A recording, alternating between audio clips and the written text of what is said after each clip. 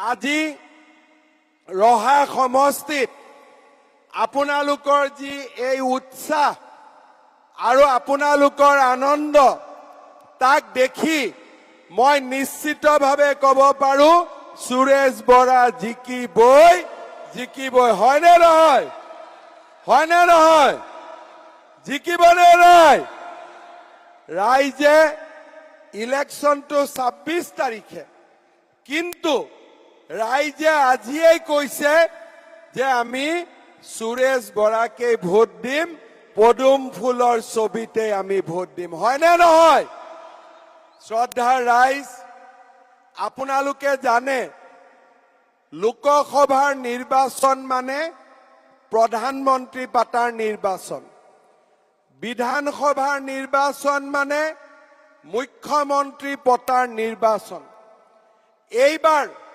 আমি মুখ্যমন্ত্ৰী নাপাতো কাৰণ মুখ্যমন্ত্ৰীৰ ইলেকশ্যন 2026 চনত হ'ব এইবাৰ আমি প্ৰধানমন্ত্ৰী পাতিম আৰু দিল্লীত মোদী ডাঙৰীয়াক আমি প্ৰধানমন্ত্ৰী পাতিম দিছপুৰত বিজেপি চৰকাৰ আছে দিল্লী আৰু দিছপুৰ এই দুইখন চৰকাৰে আপোনালোকৰ কাৰণে কাম কৰিব অসমৰ কাৰণে কাম কৰিব দুখীয়া দৰিদ্ৰ মধ্যবিত্ত পৰিয়ালৰ কাৰণে কাম কৰিব শ্ৰদ্ধাৰ ৰাইজ নৰেন্দ্ৰ মোদী ডাঙৰীয়া 2014 চনত ভাৰতৰ প্ৰধানমন্ত্ৰী হয় তাৰ আগত ভাৰতৰ দায়িত্ব কংগ্ৰেছ দলৰ ওপৰত আছিল যেতিয়া কংগ্ৰেছৰ চৰকাৰ আছিল তেতিয়া দেশত হিন্দু মুছলমানৰ কাজিয়া আছিল জনজাতীয় অজনজাতীয় লোকৰ মাজত কাজিয়া আছিল বড়ো আন্দোলন কাৰ্বি আন্দোলন ডিমাছা আন্দোলন আলফাৰ আন্দোলন বন্দুকৰ শব্দত ৰাতি পুৱাইছিল আৰু বোমা বিস্ফোৰণৰ শব্দত আমি টোপনি গৈছিলো শ্ৰদ্ধাৰ ৰাইজ এনেকুৱা এটা দিন নাছিল যিটো দিনত কৰবাত নহয় কৰবাত আন্দোলন কৰবাত নহয় কৰবাত অসম বন্ধ কৰবাত নহয় কৰবাত বন্ধ ধৰ্ণা পিকেটিং আমাৰ ৰাজ্যখনত হৈয়ে আছিল মোদী ডাঙৰীয়া 2014 চনত প্ৰধানমন্ত্ৰী হল মোদী ডাঙৰীয়া প্ৰধানমন্ত্ৰী হোৱাৰ পিছৰ পৰা আমাৰ ৰাজ্যত কতো হিন্দু মুছলমানৰ মাজত কাজিয়া হোৱা নাই জনজাতীয় অজনজাতীয় লোকৰ মাজত কাজিয়া হোৱা নাই বড়ো আন্দোলন শেষ হল কাৰ্বি আন্দোলন শেষ হল ডিমাছাৰ আন্দোলন শেষ হল এতিয়া আমাৰ অসমত বহাগ বিহু বন্দুকৰ শব্দত নাহে এতিয়া আমাৰ অসমত ৰাইজে কুলি কেতেকীৰ মিঠা মাতত বহাগ বিহু পালন কৰে শ্ৰদ্ধাৰ ৰাইজ নিমিষতে আমাৰ অসমখন এখন শান্তিৰ প্ৰদেশ হৈ পৰিল সকলো লোকে সন্মান পালে সকলো লোকে উন্নয়ন পালে সকলো লোকে বিকাশৰ পথ দেখা পালে কোভিড আহিলে কোভিডৰ সৈতে আমি যুঁজিলো হিন্দু মুছলমান সকলোৱে কোভিডৰ ভ্যাকচিন পালে বিনামূলীয়া চাউল পালে আৰু কোভিডত আমি আপোনজনক নেহেৰুৱাকৈ কোভিডৰ বিভীষিকা আমি পাৰ কৰিলো মোদী ডাঙৰীয়াই যদি সেই সময়ত আমাক যদি ভ্যাকচিন নিদিলেহেঁতেন লকডাউনত পৰি থকা ৰাজ্যখনক যদি চাউল কেইটি যোগান নধৰিলেহেঁতেন দুখীয়া মানুহৰ কিমান অসুবিধা হ'লহেঁতেন তাক আজি আমি কল্পনা কৰিব পাৰোঁ। মোদী ডাঙৰীয়া আমাক ৰেচন কাৰ্ড দিলে, ৰেচন কাৰ্ডৰ লগত বিনামূলীয়াকৈ চাউল দিলে, মহিলাক উজ্জ্বলা গেছ দিলে, উজ্জ্বলা গেছৰ চিলিণ্ডাৰৰ দাম বজাৰৰ গেছতকৈ 300 টকা কম কৰিলে। বেমাৰ আজাৰ পৰিয়ালে যাতে গাঁঠিৰ ধন ভাঙিব নালাগে,